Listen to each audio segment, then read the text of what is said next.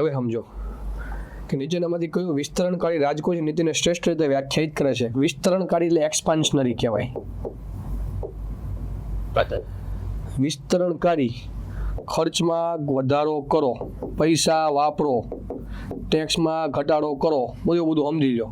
પૈસા વાપરો, ખર્ચ કરો. તો શું લખ્યું છે? પ્રત્યક્ષ અને પરોક્ષ કરમાં મતલબમાં ટેક્સ એક્સપાન્શનરી મતલબ શું છે?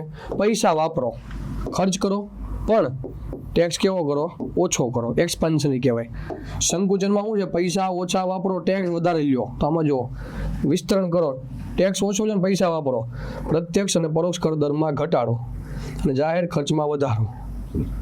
બરોબર. બીજું, પ્રત્યક્ષ અને પરોક્ષ ખર્ચમાં ઘટાડો અને જાહેર ખર્ચમાં ઘટાડો.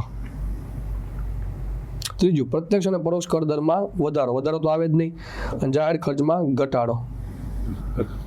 ત્રીજું, પ્રત્યક્ષ અને પરોક્ષ કરોમાં વધારો નથી, તો પ્રત્યક્ષ અને પરોક્ષ ટેક્સ શું કરો? એક્સપાન્શનરીમાં ઘટાડો અને જાહેર ખર્ચ વધારો. બિલ્ડિંગ નવા બનાવો, સબસિડી આપો, નવી કોલેજ બનાવો, નવા હોસ્પિટલ બનાવો, તો આ બધા શું કહેવાય? એક્સપાન્શનરી કહેવાય. જીપીએસસી બી આપ્યું છે, પછી એ આવે, લિખિતમાં કહી દો એ જ આવે, બી નો આવે.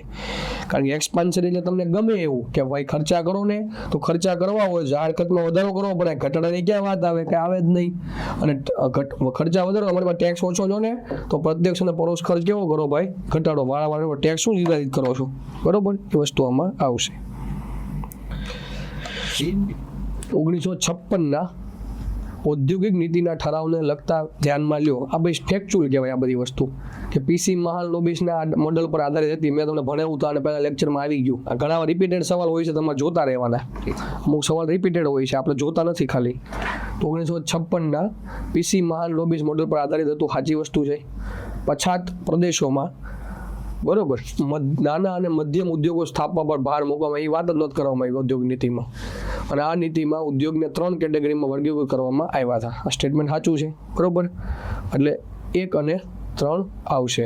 1 અને 3 આવશે.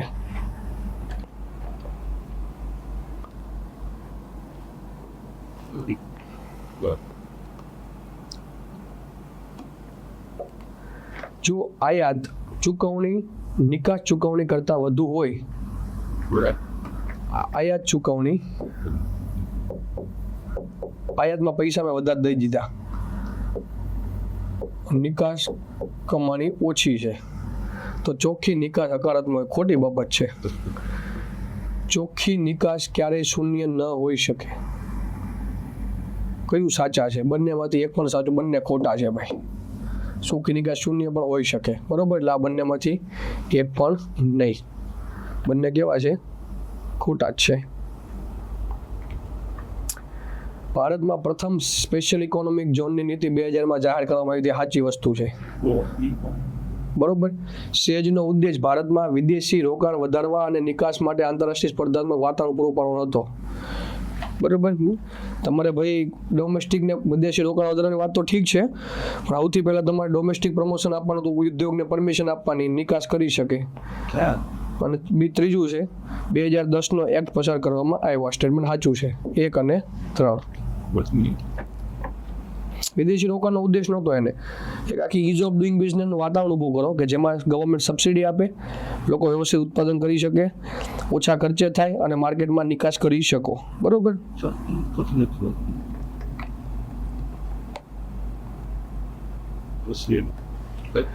આરબીઆઈની તટસ્થ નાણાકીય નીતિના વલણ વિશે નીચેના વિધાનો ધ્યાનમાં લો. તટસ્થ એટલે કશું આપણે કરવાનું નથી, જેમ છે એમ ચાલવા દો. તો તટસ્થ વલણ સૂચવે છે કે આરબીઆઈ કાં તો રેપો રેટમાં ઘટાડો કરી શકે અથવા તેમાં વધારો કરી શકે. બસ તટસ્થ વલણ છે, ડન છે. આગળ વધો. આ વલણ સામાન્ય રીતે ત્યારે અપનાવવામાં આવે છે કે જ્યારે ફુગાવો અને વૃદ્ધિ બંને પર નીતિ અગ્રતા સમાન હોય. કે ફુગાવો અને વૃદ્ધિ બંને જોઈએ, ફુગાવો જોવાનો છે, વૃદ્ધિ બંને પર નીતિ અગ્રતા સમાન છે, કે બંને પર પોલિસીનું ફોકસ કેવું છે? સમાન છે. ત્યારે આપણે શું કહે તટસ્થમાં કોઈ પણ જાતનો વધારો નહીં, ઘટાડો નહીં. બરોબર. એમ રીતે આપણે રિએક્ટ કરવાનું. એટલે ઘટાડો કરે રહી એટલે તટસ્થ નાણાકીય નીતિ કે અપનાવશે નહીં. એટલે આ જનરલી જોવા જઈએ તો 2 આવવું જોઈએ. જીપીએસસી ભાઈ આપ્યું છે સી, બંને આવે. કયું સાચું છે? તટસ્થ નાણાકીય નીતિમાં એ તો જો આ મતલબમાં વસ્તુ છે કે તટસ્થમાં કશો ફેરફાર કરવો જોઈએ નહીં, માર્કેટના વલણ ઉપર ધ્યાન રાખવા દેવું જોઈએ. એટલે જનરલી તારું તો આમાં 2 આવી શકે, પણ આપણે આમાં જીપીએસસી આપ્યું છે સી, બંનેમાં વધારો ઘટાડો કરી શકે. કારણ કે વધારો ઘટાડો ક્યારે કરી શકે, જો કે અથવા આપ્યું છે એટલે સી તમે કરી શકો. નકર જ્યારે માર્કેટની અંદર મંદી હોય ત્યારે આરબીઆઈ શું કરે, રેપો રેટમાં શું કરે, ઘટાડો, સીઆરઆરમાં ઘટાડો. માર્કેટમાં જે તેજી હોય મતલબ પૈસાના ઢગલા હોય તો એ ઓબ્ઝર્વ કરવા માટે રેટમાં શું કરે, વધારો. પણ અથવા લખ્યો એટલે બંને વલણ અપનાવી શકે, એટલે તટસ્થમાં આવી શકે. આગળ જમીન સુધારા વિશે નીચેના વિધાનો ધ્યાનમાં લ્યો. લેન્ડ રિફોર્મ્સ બધું સારું થાય. લેન્ડ રિફોર્મ્સમાં માલિકને એને આઈડેન્ટિફિકેશન મળે અને એના માલિકી હક મળે, એટલું યાદ રાખો. બધું સારું થાય તો સમજો. જમીન સુધારાઓનો એક ઉદ્દેશ જમીનની માલિકીને જમીન માલિકો પાસેથી ખેડૂતને આપવાનો. તો સાચી વસ્તુ, સ્ટેટમેન્ટ સાચું જ કહેવાય, દેશી ભાષામાં આવડી જાય કંઈ ન કરો તોય. આગળ વધો કે જમીન સુધારાઓના પરિણામે રોકડિયા પાકોની ખેતીમાં ઘટાડો થયો. સાચી વસ્તુ છે, બરોબર. લોકો સ્વનિર્ભરતા અને તેને બધી વસ્તુનું ઉત્પાદન કરવા મળ્યા. તો 1 અને 2 બંને સ્ટેટમેન્ટ સાચા છે. શું લખેલું છે, લેણ દેણની તુલાઓ નીચેના સ્ટેટમેન્ટ ધ્યાને લ્યો. હવે જો સેવાઓની નિકાસ અને આયાત ચાલુ ખાતામાં નોંધવામાં આવે છે. સેવાઓની આયાત ને નિકાસ ચાલુ ખાતામાં નોંધવામાં આવે છે, ડન છે. હાલો, સાચું છે. મૂડી ખાતામાં એક તરફી પ્રવાહ નોંધવા, ખોટી વસ્તુ, બંને તરફી પ્રવાહ નોંધવામાં આવતા હોય. ચાલુ ખાતાની પુરાંત, બરોબર. ચાલુ ખાતામાં જો પુરાંત હોય, સરપ્લસ હોય, તો મૂડી ખાતાની ખાધની બરાબર હોય. મૂડી ખાતામાં જે ખાધ પડે એની પુરાંત બરાબર હોય. તો આ સ્ટેટમેન્ટ કેવું છે, સાચું છે. 1 અને 3 સ્ટેટમેન્ટ કેવું છે, સાચું છે ભાઈ. આપણે ભણેલા છીએ આના પહેલા, હમણાં હું તમને આખું કોષ્ટક ભણાવી દીધું, એ જ વસ્તુ છે આમાં.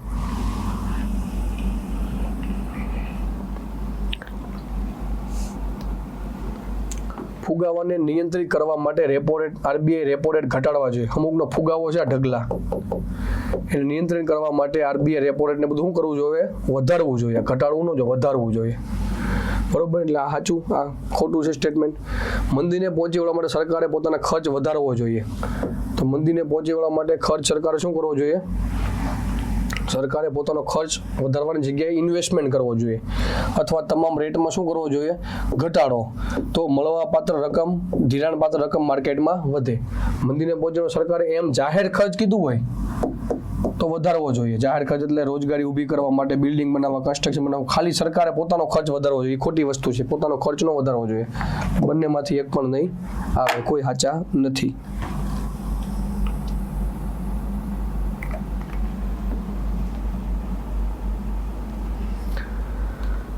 એક 1991 થી ભારતમાં લેણદેણની તુલના એકંદરે અસંતુલન છે. એના માટે કયું પરિબળ જવાબદાર છે, તો સીધું બીઓપીમાં અસંતુલન છે. મેં તમને આખું સમજાવ્યું બીઓપી. તો કયું પરિબળ જવાબદાર, સીધું જોઈ લો કે સ્થાનિક ચલણનું મૂલ્ય વર્ધન. ખાસ કરીને જ્યારે આયાત ચૂકવણી નિકાસ કમાણી કરતાં વધુ હોય, આયાત ચૂકવણીની નિકાસ કરતાં વધારે હોય. શા માટે? કારણ કે આયાતમાં પહેલાં તમારે કેટલા ચૂકવવા પડતા હતા, $1 બરાબર 50 રૂપિયા. હવે $1 બરાબર તમે કેટલા ચૂકવો છો, 80 રૂપિયો. આપણો ધોવાતો જ જાય છે. એનો મતલબ કેવું છે કે સ્થાનિક ચલણનું મૂલ્ય વર્ધન, બરોબર. અને એના કારણે આયાત ચૂકવણી નિકાસ કમાણી કરતાં વધારે હોય છે. અસંતુલન તો જ થાય. અને સ્થાનિક ચલણનું જો અવમૂલ્યન થાય તો $1 બરાબર પહેલા કેટલા મળતા હતા, 60. હવે મળવા મળે 110, બરોબર. આ મૂલ્યવર્ધન મતલબમાં એપ્રિસિએશન કહેવાય. એપ્રિસિએશન થાય એટલા માટે તકલીફ થાય. ડેપ્રિસિએશન થાય તો નિકાસકારને ફાયદો થાય. નિકાસકારને પહેલા 60 રૂપિયા મળતા હતા નિકાસ બાબતે, હવે કેટલા મળશે, 110. તો લોકો શું કરશે, નિકાસ વધારશે. તો સારું પાછું કહેવાય. પણ આ શું છે, અસંતુલન માટે શું છે, તો રૂપિયો કેવો થઈ ગયો, મજબૂત, બરોબર. એપ્રિસિએશન એટલે આ માટે શું થાય કે તમારે લેણદેણની તુલનામાં શું થાય, અસંતુલન જોવા મળે. આ તમે સામાન્ય લોજિકથી વિચારવાનું છે કે આમ આયાતકારને શું થાય, નુકસાન થાય. આયાતકારને શું થાય, નુકસાન થાય. નિકાસકારને શું થાય, ફાયદો થાય. સિમ્પલ યાદ રાખવાનું કે નિકાસકારને 80 મળશે અને આયાતકારને કેટલા ચૂકવવા પડે, 80 ચૂકવવા પડે. ભારતમાં પ્રત્યેક વિદેશી રોકાણ તરીકે ગણવામાં આવશે.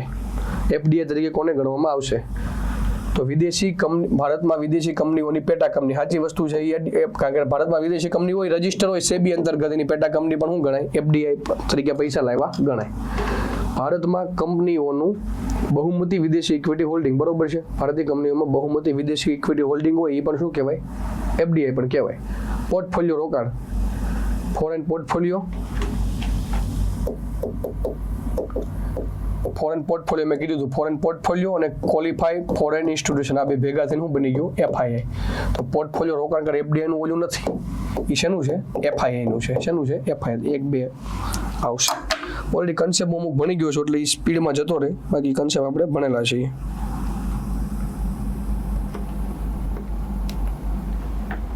આગળ વધો. નીચેનામાંથી કયું વિધાન ખોટું છે? રેપો રેટ અને રિવર્સ રેપો રેટ એ શાખ નિયંત્રણના પરિણાત્મક. જો સિમ્પલી બધું ભૂલી જાઓ. આ કોણ બનાવે? આરબીઆઈ. મોનેટરી પોલિસી આરબીઆઈ બનાવે, બરોબર. શેના અંતર્ગત? મોનેટરી પોલિસી કમિટી અંતર્ગત. એમાં 2 પાર્ટ પડ્યા છે, એક આવે ગુણાત્મક સાધનો, એક આવે માત્રાત્મક સાધનો. માત્રા એટલે ક્વોન્ટિટી, પૈસાના ઢગલા ઓછા કરશે, પૈસાની માત્રા ઓછી કરશે, અથવા ક્વોન્ટિટેટિવ કહેવાય, પ્લસ માઇનસ પૈસાનો ઢગલો કરશે. ગુણાત્મક એટલે ગુણથી સમજાવશે, ભાઈ માપે રે, ઘરે બોલાવી લઈશ. માત્રાત્મક શું આવે? Repo rate, reverse repo rate, CRR, SLR, આ બધું માત્રાત્મક કહેવાય. ગુણાત્મક શું આવે? સમજાવટ કરે, એટલે મોરલ સુએશન, નૈતિક દબાવ લાવે. પછી ડાયરેક્ટ એક્શન લે, પછી લોન ટુ વેલ્યુ રેશિયો કરે. આ બધી વસ્તુઓ ને કે ગુણાત્મક કહેવાય, ગુણવાળા. તો માત્રામાં શું છે? કયું વિધાન ખોટું છે? રેપો રેટ અને રિવર્સ રેપો રેટ એ શાખ નિયંત્રણના પરિણાત્મક સાધનો છે, પરિણામ લાવે. ગુણાત્મક અથવા પરિણાત્મક ખોટી વસ્તુ છે. રોકડ અનામત પ્રમાણમાં વધારો થવાથી, સીઆરઆરમાં પણ વધારો થવાથી શાક સર્જનમાં ઘટાડો થશે. સાચી વસ્તુ છે, બરોબર. આ પરિણાત્મક સાધનો છે, માત્રાત્મક, પરિણાત્મક. કયું ખોટું છે ગોતવાનું છે? વૈધાનિક રોકડ એટલે એસએલઆર ના પ્રમાણમાં ઘટાડો થયો તો શાક સર્જનમાં વધારો થાય. એસએલઆર પહેલા મતલબમાં 18% હતો, હવે 10% કર્યો, તો તમે 8%ના ભાગના પૈસા દઈ શકશો. સીઆરઆર રોકડના વધારો થઈ ગયો, પહેલા 4% હતો, 8% થઈ ગયો, એટલે પહેલા તમારે 4 કરોડ રાખવા પડતા હતા, 8 કરોડ રાખવા પડશે. તો શાક સર્જનમાં ઘટાડો થયો, એ સાચી વસ્તુ છે. રોકડ અનામત પ્રમાણ એટલે સીઆરઆર પ્લસ એસએલઆર ના પ્રમાણે શાક નિયંત્રણ ગુણાત્મક સાધન, ખોટી વસ્તુ છે. આ તો કેવા છે? માત્રાત્મક સાધનો છે. આ વસ્તુ કેવી થઈ ગઈ? ખોટી થઈ ગઈ.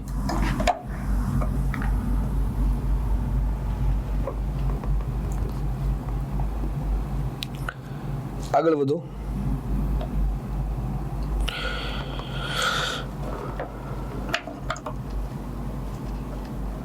ગ્રામ્ય વિસ્તારોમાં પંડિત દીનદયાળ ઉપાધ્યાય ગ્રામ જ્યોતિ યોજના. હવે તમને ખબર છે ગ્રામ જ્યોતિમાં એટલે પૈસા તમારે શું કહેવાય? વીજળી પહોંચાડવાની છે. તો ગ્રામ્ય વિસ્તારમાં કૃષિ અને કૃષિ સિવાયના ફીડર્સને અલગ કરીને, સાચી વસ્તુ મેં તમને સમજાવી દીધું, વીજ પુરવઠો આપવાનો, એગ્રીકલ્ચર અને નોન એગ્રીકલ્ચર ફીડર અલગ કરવાનું છે. તો સ્ટેટમેન્ટ સાચું. બીજું, ગ્રામ્ય વિસ્તારમાં ઉપપ્રસરણ અને વિતરણ આધારભૂત માળખાનું મજબૂતીકરણ અને વધારો, એ સાચું છે. અને ત્રીજું, ગ્રામ્ય વિસ્તારમાં મીટરિંગ, ફીડર્સ, વિતરણ અને ટ્રાન્સપોર્ટને શું કહેવાય? મતલબમાં અલગ કરવો. એ 3 સ્ટેટમેન્ટ સાચા આવશે. મતલબ એવું છે કે ભાઈ વારંવાર લાઇટ જતી રહેતી હોય એટલે કૃષિ અને નોન કૃષિ અને ફીડર્સને અલગ અલગ કરો, યોગ્ય રીતે વર્ગીકૃત કરો અને બધાને શું કહેવાય? તમે પૈસા પહોંચાડો. ખ્યાલ આવે છે? આ બધી વસ્તુ એમાં જોવામાં આવતી હતી. હવે સામાન્ય રીતે સમજો કે આ બધા સવાલ યોજનાઓ તમે જોવો ને તો તમને એક્ઝેક્ટ ખ્યાલ આવી જાય. ફીડર્સના વિતરણ, ટ્રાન્સફોર્મેશન ને વપરાશકર્તાઓને બધાને તમારે મીટરિંગ કરવું, બધું સાચું તો યોજના તમને માહિતી દેતી હોય. આ વસ્તુ ખાસ જોતી રહેવાની. હવે જે આ સરકારી યોજનાઓ થોડી ફાસ્ટ જોઈ લે ને, કારણ કે દરેક રિપીટ નથી થતી ભાઈ. શું છે? સરકાર દ્વારા પહેલ યોજના મારફતે એલપીજી વપરાશકર્તાઓ માટે સારી રીતે નિર્ધારિત સબસિડી સિસ્ટમ રજૂ કરવામાં આવી હતી. બીજું, સાચી વસ્તુ છે કે પહેલ વિશ્વની સૌથી મોટી ડાયરેક્ટ બેનિફિટ ટ્રાન્સફર યોજના તરીકે ગિનિસ બુક વર્લ્ડમાં નામ નોંધાણું. તો આ ખબર હતી કે ડાયરેક્ટ બેનિફિટ ટ્રાન્સફર બધાના ખાતામાં પૈસા જવા જોઈએ, સબસિડી લીકેજ ન થાય, કોઈ અધિકારીની ખીચામાં પૈસા જાય નહીં. બરાબર. આગળ વધો કે અર્થશાસ્ત્રની મૂળભૂત સમસ્યા વિશે ધ્યાનમાં લ્યો. અછત એટલા માટે ઊભી થાય છે કારણ કે માનવીની ઈચ્છાઓ મર્યાદિત છે પરંતુ સંસાધનો અમર્યાદિત. ખોટી વસ્તુ છે. માનવીની ઈચ્છા કેવી છે? અમર્યાદિત. સાયકલમાંથી ક્યાં જાય? બાઇકમાં, બાઇકમાંથી ગાડીમાં, ગાડીમાંથી મર્સિડીઝ ને ઇનોવામાં. ખોટી વસ્તુ. સંસાધનો કેવા છે? મર્યાદિત છે. સંસાધનો મર્યાદિત છે અને માણસોની જરૂરિયાતો અમર્યાદિત છે. જરૂરિયાતોને સંતોષવા માટેના સાધનો કેવા છે? મર્યાદિત છે. લાસ્ટ સ્ટેટમેન્ટ ખોટું. આ એક ગયું, હજુ હું આ સીધું 2 અને 3 કે પસંદગી કરવાની જરૂરિયાત એ સીધું અછતનું પરિણામ છે. સાચું છે. અછત છે એટલે આપણે પસંદગી કરીએ છીએ. ખ્યાલ આવે છે? વૈકલ્પિક ખર્ચ એટલે જ્યારે કોઈ પસંદગી કરવામાં આવે ત્યારે ત્યાગ કરવામાં આવે બીજો શ્રેષ્ઠ વિકલ્પ. 2 વસ્તુ સાચી છે. તમે જોયું છે આ માઇક્રો ઇકોનોમિક પૂછવા મળ્યા છે. જીપીએસસીમાં માઇક્રો ઇકોનોમિક જેવી પૂછવા મળ્યા છે. તમે મૃણાલ પટેલ સાહેબની બુક જોરદાર હોય છે ઇકોનોમીમાં, પણ અમુક વસ્તુ કેવી હોય તમે ધ્યાનમાં ન લેતા હો. આ બધી વસ્તુ તમને માઇક્રો ઇકોનોમી છે. ખ્યાલ આવે છે? એટલે 2 અને 3 આ સ્ટેટમેન્ટ છે. હવે જો આગળ વધો. આ તમે ખાસ જોશો ને અંદાજ આવી જાય લોજિકથી છે કે માનવની ઈચ્છા કેવી છે? અમર્યાદિત છે. સામે સંતોષવાના સાધનો કેવા છે? મર્યાદિત છે. એટલા માટે ડખા થાય છે, અછત ઊભી થાય, સ્કેરસિટી. પણ એટલા માટે આ બધી મર્યાદિત બાબતમાંથી આપણે શું કરવા? વસ્તુને પસંદ કરવાની છે. પસંદ કર્યા પછી આગળ જુઓ એક વિકલ્પ જાતો કર્યો એટલે શું કહેવાય? ઓપોર્ચ્યુનિટી કોસ્ટ કહેવાય. આગળ વધો કે ભારતમાં વસ્તીમાં વલણો વિશે ધ્યાનમાં લ્યો. આઝાદી પછી ભારતના વસ્તી વૃદ્ધિ દરમાં દર દાયકે વધારો જોવા મળ્યો. સાચી વસ્તુ છે. પહેલું સ્ટેટમેન્ટ સાચું નીકળી ગયું. નીકળી ગયું. સોરી, સાચું છે.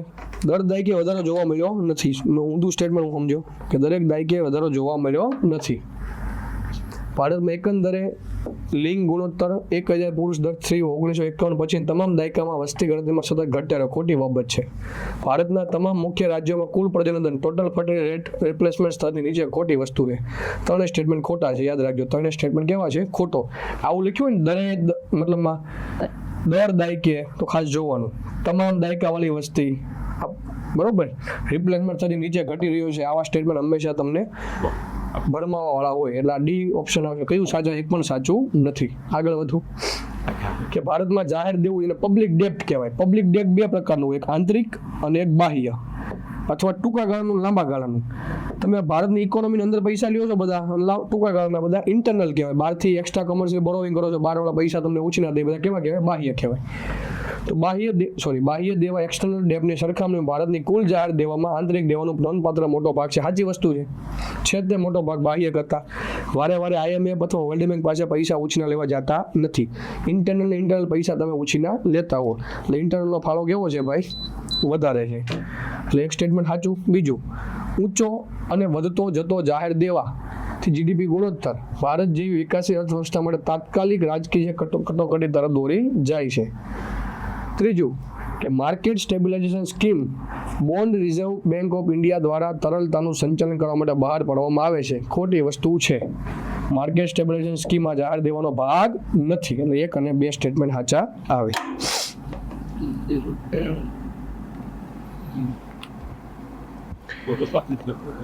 ત્રીજું, હવે બધા છે ને ભાઈ, અમુક આ સવાલ એટલે ફાસ્ટ જાય છે, અમુક આ ડાયરેક્ટ ફેક્ચ્યુઅલ છે, આ રિપીટ થવાના ચાન્સ ઓછા છે, પણ ખાલી ઉપર તમારે જોતું રહેવાનું. બરોબર.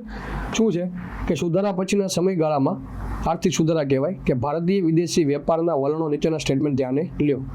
કે 1990ના દાયકાથી વૈશ્વિક વેપારમાં ભારતનો હિસ્સો સતત વધ્યો છે. ખોટી વસ્તુ એ સતત નથી વધ્યો, ધીરે ધીરે ક્રમશઃ વધતો જાય છે. ઘણી વખત ડાઉનફોલ એવો છે એટલે સતત વધ્યો નથી. છેલ્લા 2 દાયકામાં ભારતના વેપારી માલની નિકાસ મર્ચેન્ડાઇઝ એક્સપોર્ટમાં સામાન્ય રીતે ઉદ્ધવગામી એટલે અપવર્ડ સિચ્યુએશન, ડાઉનવર્ડની ઉદ્ધવગામી, અધોગામી નથી. તો સાચું સ્ટેટમેન્ટ છે.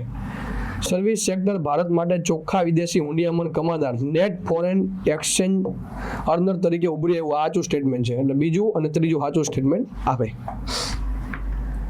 આ બધા રિપીટ થાય છે અમુક તો. બરોબર કે ભારતમાં ફોરેન એક્સચેન્જ રિઝર્વ વિશે મતલબમાં વિદેશી હુંડિયામણ અનામતના વિશે સ્ટેટમેન્ટ ધ્યાને લ્યો. કે ભારતમાં વિદેશી હુંડિયામણનું અનામત મુખ્યત્વે વિદેશી ચલણની સંપત્તિ, સોનું, સ્પેશિયલ ડ્રોવિંગ રાઇટ્સ IMFમાં આવે ભાઈ, જેને પેપર ગોલ્ડ કહેવામાં આવે છે. 5 ચલણોના બાસ્કેટમાં છે. IMF ઇન્ટરનેશનલ મોનેટરી ફંડ, જેની સ્થાપના 1944માં થવામાં આવી છે. વોશિંગ્ટન DC એનું હેડક્વાર્ટર છે. બરોબર. તો ભાઈ એમાં રિઝર્વ ટ્રાન્સપોઝિશનનો ઉપયોગ થાય છે, સાચું સ્ટેટમેન્ટ છે. બીજું, વિદેશી અનામતના હુંડિયામાં મજબૂત અને સતત વધારો હંમેશા તંદુરસ્ત અને ટકાઉ બાહ્ય ક્ષેત્રની સ્થિતિ સૂચવે છે. એ સ્ટેટમેન્ટ ખોટું કહેવાય ભાઈ. દર વખતે એવું હોય એવું જરૂરી નથી. ગોલ્ડ પડ્યું રહે એટલું બધું તમારા ડેડ એસેટ કહેવાય. ઇકોનોમીમાં પૈસા આવશે નહીં વળતર રૂપે, પૈસા રોટેશન નહીં ફરે, ખોટી વસ્તુ છે. આરબીઆઈ ભારતની વિદેશી હુંડિયામણ અનામતનો રક્ષક છે અને આરબીઆઈ અધિનિયમ 1934 હેઠળ સંચાલિત કરવામાં આવે છે. સાચી વસ્તુ છે.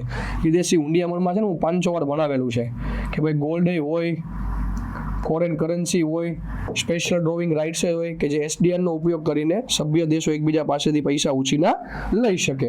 બરોબર, એટલે 1 અને 3 આવશે. 2માં હોય એવું જરૂરી ને. પૈસા પડ્યા શું કામના? તંદુરસ્ત ને ટકાઉ સતત વધારો થવો જોઈએ નહીં. ઇકોનોમીમાં, કામમાં અને વર્ક પ્રોફાઇલમાં પણ આવવા જોઈએ. આગળ વધો. ગુજરાતમાં માઇનિંગ, બરોબર, ગુજરાતમાં માઇનિંગ અને ઔદ્યોગિક ક્ષેત્ર વચ્ચે નીચેના સ્ટેટમેન્ટ ધ્યાને લ્યો. ગુજરાત ભારતમાં બોક્સાઇટ, ચૂનાના પથ્થર અને લિગ્નાઇટનું મુખ્ય ઉત્પાદક. સાચી વસ્તુ છે. જિયોગ્રાફીમાં આવતું હશે.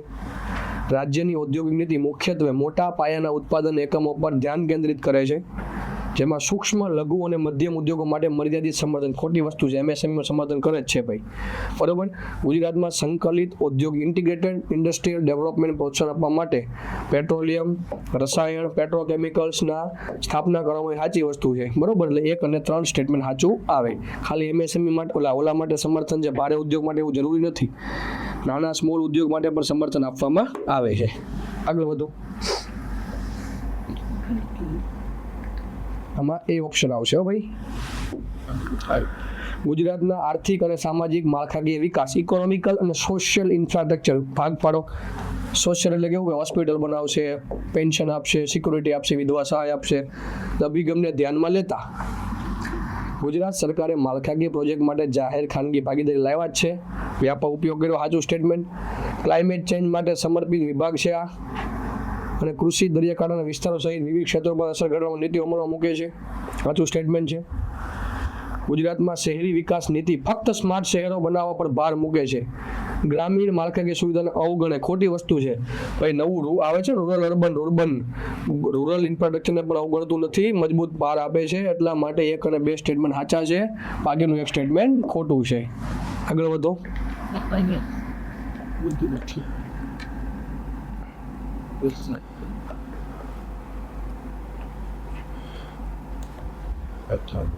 કે અર્થવ્યવસ્થામાં પ્રવાહિતતા એટલે લિક્વિડિટી, પૈસાનો ફ્લો વધવો જોવે, વારે વારે મળવો જોવે, એટલે લિક્વિડિટી કહેવાય. એટલે સરળ બનાવવા માટે આરબીઆઈ દ્વારા 6 જૂન 2025 નાણાકીય નીતિ ઠરાવમાંથી કયું પગલું લેવામાં આવ્યું? પૈસાનો ફ્લો તો જ આવે.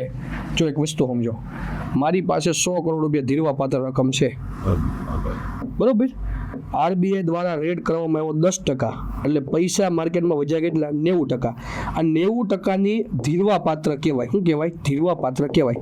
તો 90% એ શું કહેવાય? લિક્વિડિટી કહેવાય. શું કહેવાય? લિક્વિડિટી. હવે ઉદાહરણ તરીકે આરબીઆઈ શું કરે? પ્રવાહિતા સરળ વધારવી છે તો 10% એટલે કેટલા કરી નાખે? 2%. તો 100 કરોડમાંથી 2% ગયા, કેટલા વધ્યા? 98% વધ્યા. એટલે રેપો રેટમાં શું કરે? ઘટાડો. આ કર્યો 10માંથી 2%, એટલે શું કર્યો? ઘટાડો. આ રહ્યો ઘટાડો. આ તમારે આમ શી ગયું.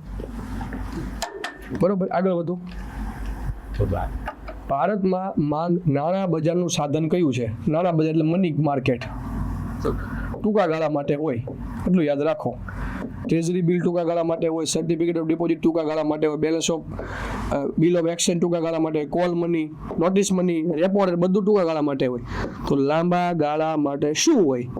તો શેર, ડિબેન્ચર, ડેટેડ સિક્યુરિટી.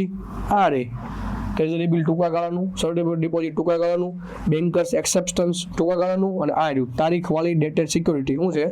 લાંબા ગાળાનું છે. તો આ નાણાં બજારનું પૂછ્યું છે. લાંબા ગાળાનું હોય તો શું આવે? Capital market. મેં તમને ઓલરેડી ભણાવી દીધું છે ભાઈ. આગળના એમસીક્યુ તમને ખ્યાલ આવી જશે કે રેવન્યુ હોય ટૂંકા ગાળા માટે હોય, નાણાં હોય ટૂંકા ગાળા માટે હોય, અને કેપિટલ હોય કેવા માટે હોય? નાણાં લાંબા સમયગાળા માટે હોય, કે જે એક વર્ષથી વધારે સમયગાળા માટે હોય છે. આગળ વધો.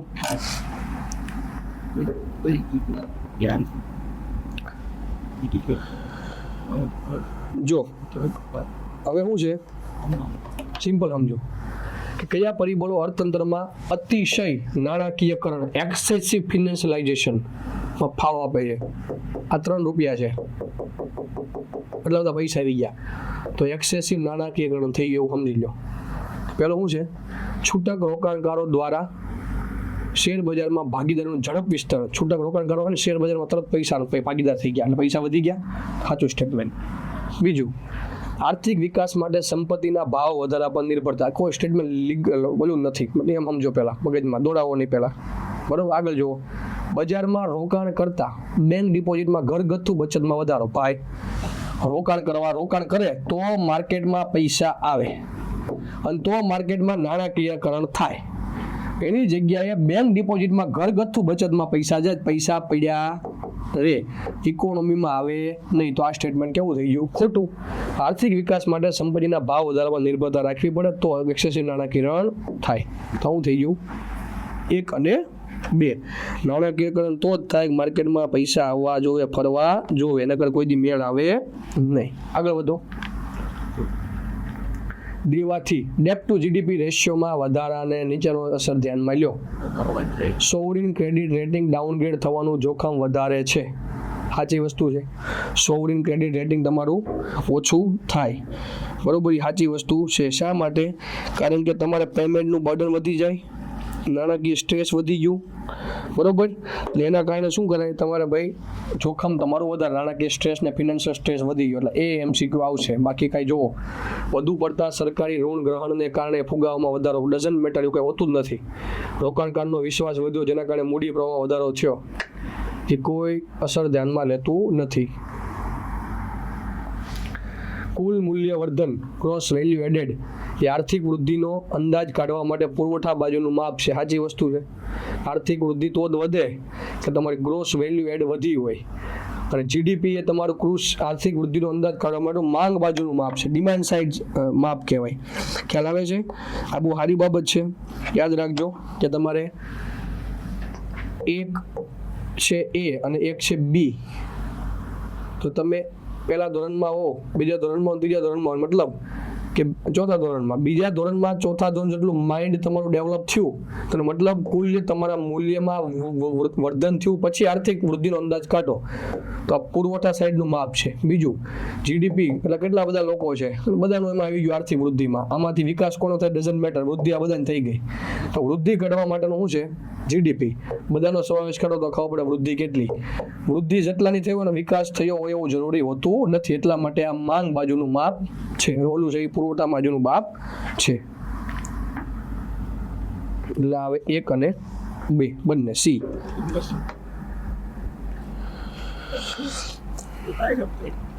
આગળ વધો.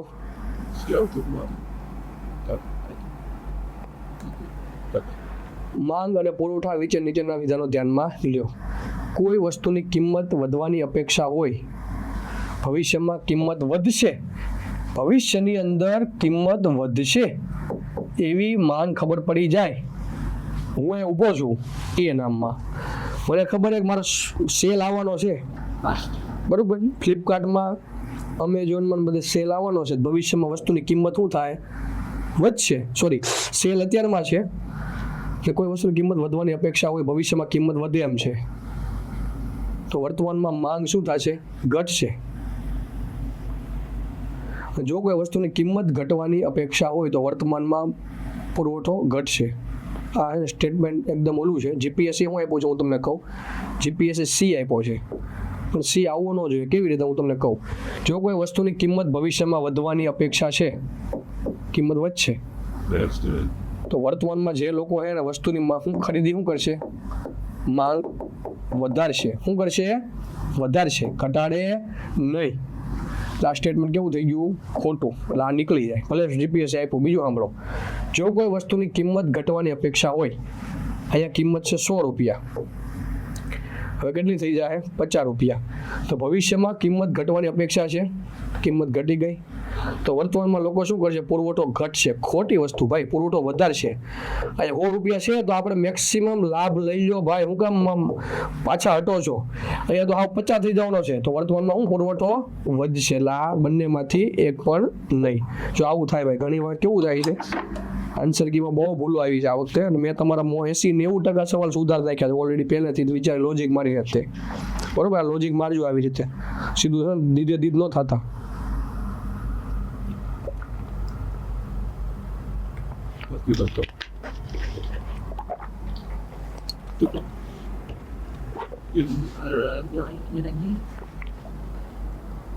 આગળ વધીએ, સમજ્યા તમે? આવો ગ્રાફ હું એવું માનું છું પર્સનલી, કોઈ પણ વ્યક્તિને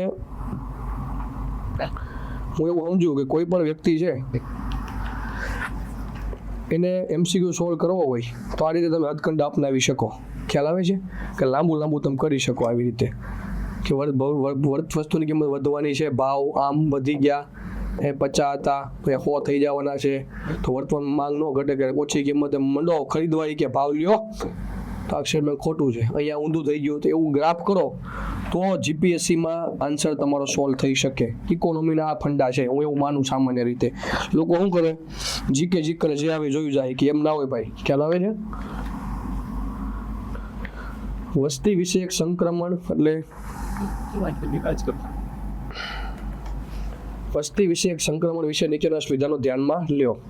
જો કોઈ દેશ વસ્તી વિષયક સંક્રમણના પ્રથમ તબક્કામાં હોય તો વસ્તી સ્થિર રહે છે, સાચી વસ્તુ છે.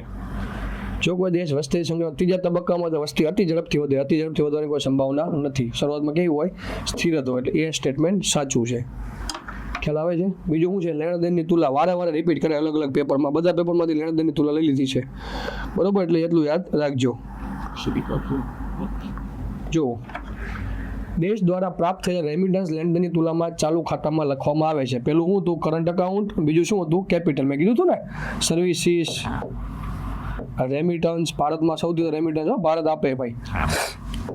તો ભાઈ સાચું સ્ટેટમેન્ટ છે કે સર્વિસ લેણદેણની તુલામાં ચાલુ ખાતામાં લખવામાં આવે. ચાલુ ખાતામાં હંમેશા ટૂંકા ગાળાની વસ્તુ લખવામાં આવે, અને મૂડી ખાતામાં હંમેશા કેવું હોય, લાંબા ગાળાની. દેશ દ્વારા પ્રાપ્ત થયેલા વિદેશી પોર્ટફોલિયો લેણદેણની તુલામાં લાંબા ગાળાનું છે, FPI, તો ક્યાં આવે, મૂડી ખાતામાં. મેં આખો પડદો સમજાવ્યો તમને આ બે. ત્રીજું લખ્યું હતું ને, FDI અને FI, આ રહ્યો. દેશ દ્વારા પ્રાપ્ત થયેલા વિદેશી FDI ક્યાં, મૂડી ખાતામાં, FDI અને FI આ રહ્યું. ત્રણે સ્ટેટમેન્ટ સાચા. 5 પતાવો, આગળ વધો. બેંક રેટ વિશે નીચેના કયું વર્ણન સાચું છે? વેપારી બેંકો દ્વારા ધિરાણ લેનારાઓ પાસેથી વસૂલવામાં આવતો વ્યાજનો દર. વેપારી બેંકો દ્વારા તેમના થાપણદારને ચૂકવવામાં આવતો વ્યાજ દર. કોઈ પણ માન્ય જામીનગીરીઓ વિના RBI અનુસૂચિત વેપારી બેંકને લાંબા ગાળે લોન આપે, સાચી વસ્તુ છે. આમાં કોઈ પણ વિધાઉટ એની કોલેટરલ, આ સ્ટેટમેન્ટ આવવું જોઈએ. વિધાઉટ એની કોલેટરલ કમર્શિયલ અનુસૂચિત વેપારી બેંક, શિડ્યુલ કમર્શિયલ બેંક પાસેથી કોઈ પણ જાતની જામીનગીરી વગર, કોઈ પણ જાતની ઓલા વગર લાંબા ગાળાનું જ્યારે પૈસા દેવામાં આવે તો એને બેંક રેટ કહેવામાં આવે છે. આની આ બાબત જો ટૂંકા ગાળા માટે હોય તો રેપો રેટ કહેવામાં આવે છે. કોઈ પણ માન્ય જામીનગીરી જે છે, રિકોગ્નાઇઝ સિક્યુરિટીઝ, એના વગર જ તે RBI શિડ્યુલ કમર્શિયલ બેંકને લાંબા ગાળાની લોન આપે છે, એને શું કહેવાય, બેંક રેટ કહેવામાં આવે છે. તો ટૂંકા ગાળાની લોન આપે શું કહેવાય, રેપો રેટ કહેવામાં આવે છે. અને કોઈ બેંક પાસે સરપ્લસ અમાઉન્ટ પડી છે અને એની બેંક RBIમાં પાર્ક કરવા આવે, RBI જે પૈસા ચૂકવે, રિવર્સ રેપો રેટ કહેવામાં આવે છે. હંમેશા રેપો રેટ વધારે હોય કોના કરતા, રિવર્સ રેપો રેટ કરતા. બરોબર, આગળ વધો. HDI પાછો એવું વુમન ડેવલપમેન્ટ ઇન્ડેક્સ UNDP બહાર પાડે, બરોબર. HDI નું મૂલ્ય 0 અને 100 વચ્ચે હોય, સાચું સ્ટેટમેન્ટ છે ભાઈ. દેશનો સૂચકાંક મૂલ્યને આધારે 4 શ્રેણીમાં જૂથબંધ કરવામાં આવ્યા છે. ના ભાઈ, 3 શ્રેણીમાં છે, 4 શ્રેણીમાં, સોરી, આ 4 શ્રેણીમાં હોય છે.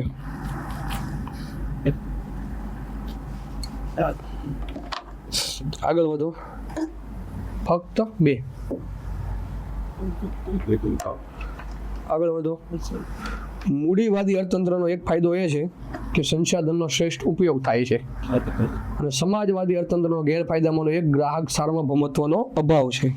કયું સાચું છે ભાઈ? મૂડીવાદી કેપિટલિસ્ટમાં સંસાધનનો શ્રેષ્ઠ ઉપયોગ થતો નથી, અને સમાજવાદી અર્થતંત્રમાં ગેરફાયદો કયો છે? ગ્રાહકનું સાર્વભૌમત્વ. ગ્રાહકનું સાર્વભૌમત્વ રાખવામાં આવે જ છે ભાઈ, ન રાખવામાં એવું હોતું નથી. એટલે બંનેમાંથી એક પણ નહીં આમાં આવશે. આગળ વધો. નાણાં પંચની ભલામણનો કયો લાભ છે? તો નાણાં પંચ જે પૈસાની ભલામણ કરે છે આની એક સારી બાબત શું છે, સંસાધનની વધુ સારી ફાળવણી થાય છે. સાચું સ્ટેટમેન્ટ. પૈસા કેન્દ્રમાંથી રાજ્યમાં આવે છે તો પારદર્શિતા, ઉત્તરદાયિત્વ, ટ્રાન્સપરન્સી, બધી વસ્તુ રિસ્પોન્સિબિલિટી બધું આવે જ છે. નાણાકીય ફિનાન્શિયલ કોઓપરેટિવ મતલબમાં ફેડરલિઝમ, નાણાકીય સંઘવાદમાં સુધારો થયો. શા માટે? કારણ કે કેન્દ્ર તો નાણાં રાજ્યને આપે છે, વિવિધ પરિબળોનો શું કહેવાય વિચાર કરે ને પછી કેન્દ્ર રાજ્યને પૈસા દેતા, તો સારું પાછું કહેવાય. એટલે આ બધું નાણાકીય સંઘવાદમાં શું થાય છે? સુધારો. એટલે બધા ઉપરોક્ત તમામ બધાનો સમાવેશ થાય, બધી બાબતોમાં સમાવેશ થઈ જાય.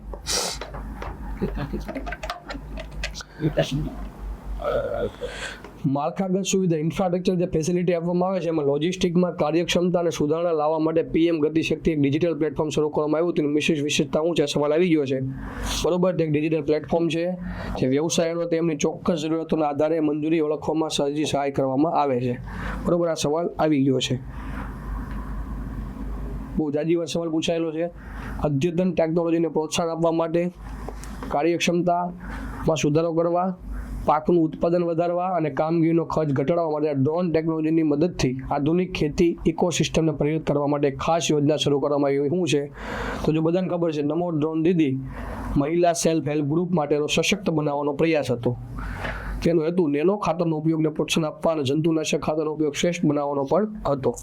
બરોબર, એટલે આ બંને સ્ટેટમેન્ટ સાચા આવે. જળ જીવન મિશન કેટલી વાર આવી ગયો ભાઈ? જો તેનો ઉદ્દેશ 2024 સુધીમાં તમામ શહેરી ઘરોને, ખોટી વસ્તુ મેં શું કીધું, રૂરલ પાઇપ દ્વારા પાણી પુરવઠો પાડવાનો. અને શહેર માટે શું હતું? અમૃત હતું. બરોબર, અમૃત સ્કીમ હતી. ગ્રામીણ વિસ્તારોમાં સમુદાય આગેવાની હેઠળના કોમ્યુનિટી બેઝ પાણી વ્યવસ્થાપન અને સ્ત્રોતનો ટકાઉપણો વસ્તુ પર ભાર મૂકે છે. સાચું સ્ટેટમેન્ટ છે. બરોબર, આગળ વધુ. ખાદ્ય સુરક્ષા એટલે ફૂડ સિક્યુરિટી પહોંચી વળવા માટે ભારત સરકારે નીચેનામાંથી કઈ યોજના શરૂ કરી? તો ભાઈ તમને ખબર હોવી જોઈએ. ફૂડ સિક્યુરિટી માટે કઈ હતી? જીપીએસસી ખાલી આપ્યું છે 3.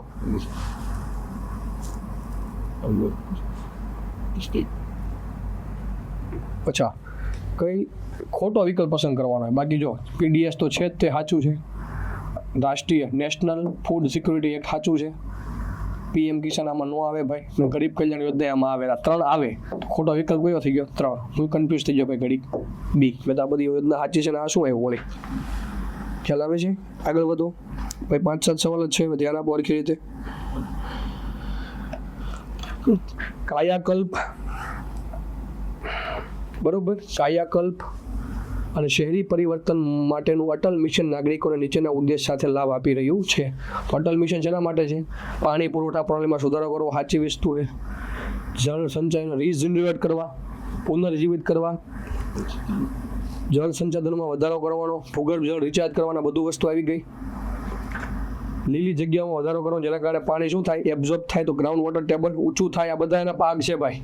ગંદા પાણીનું રિસાયકલિંગ કરો અને પુનઃ ઉપયોગ કરો. એટલા માટે એએમસી જોવો તમે, એસએમસી જોવો, આ બધી ઉપર કાર્ય કરી રહી છે. આ બધી બાબત ઉપર એસએમસી અને એએમસી એક્ટિવ થઈ રહી છે. અને ઉર્જા કાર્યક્ષેત્ર સુધારવાનો શું કરો? અમલ કરો. તો બધા સ્ટેટમેન્ટ આવશે 1, 2, 3, 4, 5. આગળ વધો. નીચેનામાંથી કયું ભારતનું એકીકૃત ભંડોળમાં સમાવેશ નથી? 266. Consolidated fund of India CFI. શેનો સમાવેશ થાય? ટેક્સનો સમાવેશ થાય, નોન ટેક્સનો સમાવેશ થાય. તો ભાઈ કર મહેસૂલ છે તે ડન છે. સરકારે લોન લીધી હોય, ફંડ બહારથી પૈસા ભેગા કરી, આમાં જ થાય ટેક્સ, નોન ટેક્સ ને એમ. તો સરકારે લીધેલી લોન આવી ગયો, આમાં થાય. કરવેરા સિવાય નોન ટેક્સ થાય. આ 3 વસ્તુ લખી દીધી મેં, તને વાંચ્યું હોય. પબ્લિક અકાઉન્ટ ઓફ ઇન્ડિયા ભાઈ આનો સમાવેશ થતો નથી. બરોબર, આ સ્ટેટમેન્ટ જોઈ લો. ખોટા કથા કરવાની નહીં ભાઈ, એટલું યાદ રાખવાનું. ઘણા લોકો કથા કરી રાખે બેઠા બેઠા, તો આપણે વાંચ્યા રાખીએ. ખબર છે 266માં કન્સોલિડેટેડ ફંડ ઓફ ઇન્ડિયા છે. એક કન્ટિન્જન્સી ફંડ ઓફ ઇન્ડિયા આવે, પબ્લિક અકાઉન્ટ બરોબર આવે, ઓફ ઇન્ડિયા આવે. તો ખાલી જોઈ લેવાનું ટેક્સ, નોન ટેક્સ. જ્યારે ઇન્કમ ટેક્સ ભણાવતો લેક્ચરમાં ત્યારે વારે બોલતો કે ટેક્સ અને નોન ટેક્સની આવક ભેગી થાય તો ભારત સરકારને કુલ મહેસૂલી આવકથી રકમ મળે, કે જે ટૂંકા ગાળા માટે હોય, કે જેમાંથી સરકાર ગવર્મેન્ટ ખર્ચા કરે એને જાહેર ખર્ચ કહીએ. અને જો ખર્ચા વધી જાય તો બહારથી પૈસા લેવા પડે, એને જાહેર દેવું કહેવામાં આવે છે. આગળ વધો.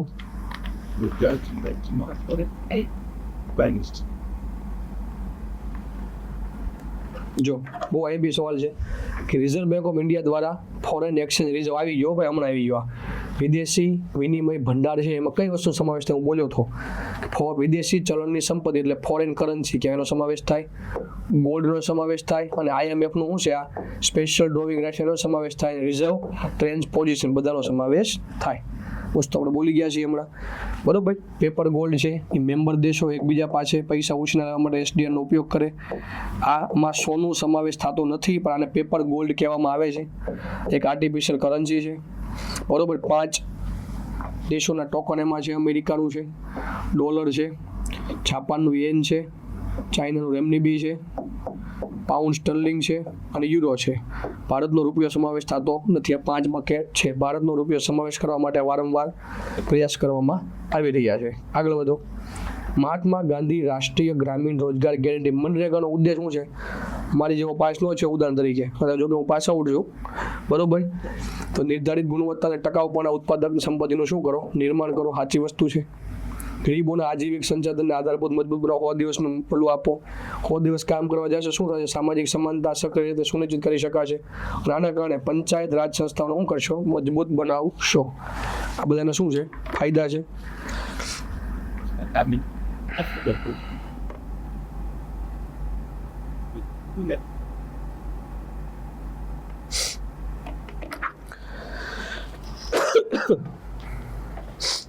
આગળ વધો. હું આવે વાંચો ભાઈ. ભારત સરકારની મહેસૂલી આવક, મેં કીધું 500 વાર તમને. મહેસૂલ એટલે ટૂંકા ગાળાનું, મૂડી એટલે લાંબા ગાળાનું. મહેસૂલ હોય 1 વર્ષથી ઓછા સમયગાળા માટે હોય, મૂડી હોય 1 વર્ષ કરતાં વધારે સમયગાળા માટે હોય છે.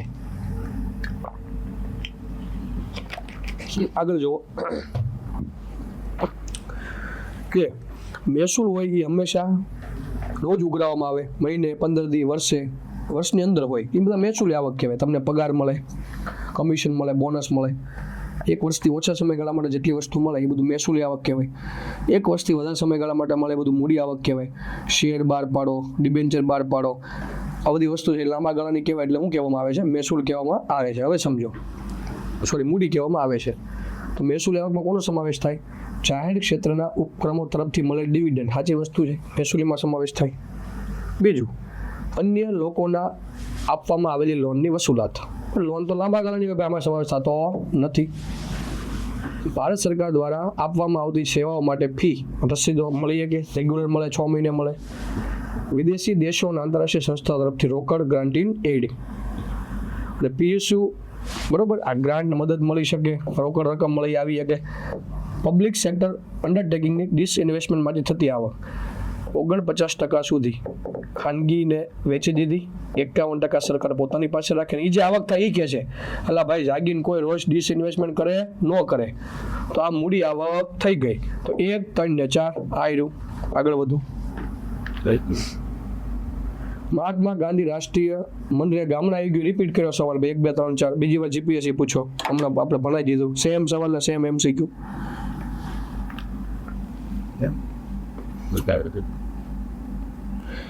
સાગરમાલા પ્રોજેક્ટ બંદર સંચાલિત, બરોબર. મલ્ટી મોડેલ વાળું છે સ્ટેટમેન્ટ. તો જુઓ શું છે ભાઈ? સાગરમાલા પ્રોજેક્ટ બંદર સંચાલિત, પોર્ટ ડેવલપમેન્ટ, બરોબર. પોર્ટ રેગ્યુલેટેડ વિકાસ અને મલ્ટી મોડલ લોજિસ્ટિક પર ધ્યાન કેન્દ્રિત કરે. સાચી વસ્તુ છે. ભારતમાં જો સાગરમાલા છે એ બંદર પોર્ટ માટે બનાવે, મલ્ટી મોડલ છે. ભારતમાલા છે રસ્તા માટે, રાષ્ટ્રીય ધોરીમાર્ગ માટે છે. અને ગતિશક્તિ માસ્ટર પ્લાન એ કોરિડોર માટે, લોજિસ્ટિક ઇન્ફ્રાસ્ટ્રક્ચર ડિજિટલ મેપિંગ માટે છે. તો 3 સ્ટેટમેન્ટ કેવા છે? સાચા છે. આગળ વધો. Securities and exchange board, SEBI. જો ભાઈ સેબી છે એ સ્ટેચ્યુટરી બોડી છે, એટલું યાદ રાખજો. 1992માં સ્થાપના કરવામાં આવી છે અને એક ચેરમેન હોય, બરોબર. અને તમામ ભારતની અંદર બ્રોકર હોય કે કોઈ શેર બજાર ડિબેન્ચર બહાર પાડે એમાં નોંધણી કરેલા હોય છે. આગળ વધો. સેબી એ અર્ધન્યાયિક સત્તાઓ સાથે, અર્ધન્યાયિક સત્તાઓ શા માટે છે? ક્વાસી જ્યુડિશિયલ આની પાસે. કારણ કે કોઈ કંપની છે એ કોઈ પણ પૈસા ન ભર્યા કોઈ બેંક થકી લોન આગળ આપી હોય તો લિક્વિડેશન થાય, એની પૈસા મિલકત જપ્ત કરી શકે અને એના પાવર છે એવા ન્યાય આપવાના. એટલા માટે ટ્રિબ્યુનલ ચલાવે. એટલે અર્ધન્યાયિક સંસ્થાઓ સાથે નિયમનકાર તરીકે કાર્ય કરે છે. તમારે આ બધું રજિસ્ટ્રેશન અહીંયા કરવું જોઈએ. એટલે એ શું કહેવાય? રેગ્યુલેટર કહેવાય. સ્ટેચ્યુટરી બોડી છે, નિયમનકારી સંસ્થા છે અને ક્વાસી જ્યુડિશિયલ પણ કહેવાય. તો એનો અધિકાર ક્ષેત્રની કયું બહાર છે? તો આંતરિક વેપારના કેસોનો નિર્ણય લેવા સાચી વસ્તુ છે, એ કરી શકે. મ્યુચ્યુઅલ ફંડને પોર્ટફોલિયોમાં આવે છે, નિયમન કરવું જ પડે, એ વસ્તુ સાચી છે. કપટપૂર્ણ વેપાર પ્રથાઓ દંડ લાગે કે તમે ભાઈ સર્કિટ કરો, એકાદી શેર બધા ખરીદી લો, ઇનસાઇડર ટ્રેડિંગ કરો, પૈસાના બચત લોકોને એબ્ઝોર્બ કરી લો, ખોટી વસ્તુ છે.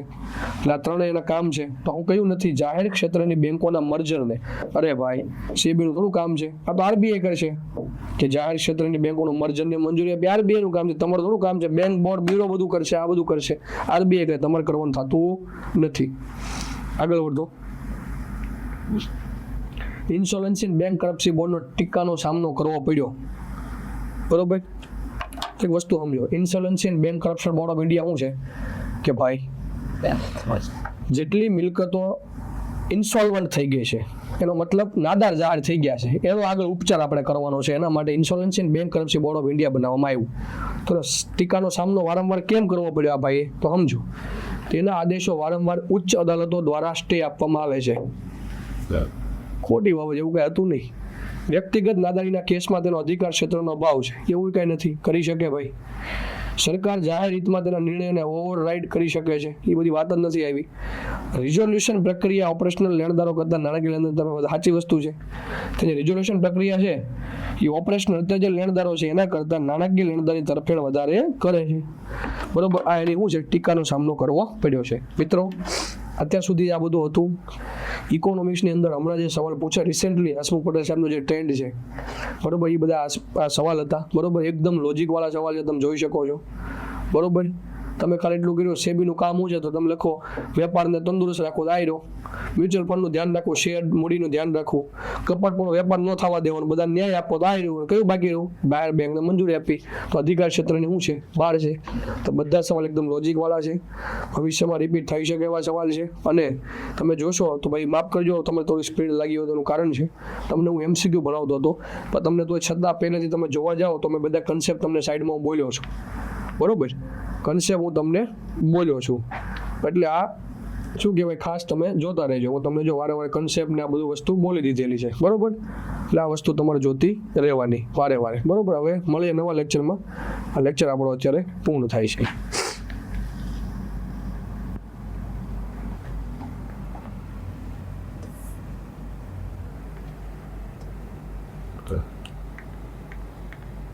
બરોબર, આ લેક્ચર આપણો પૂરો થાય છે. જ્યારે નવો લેક્ચર આવશે ત્યારે આપણે ભવિષ્યમાં મળીશું. Thank you.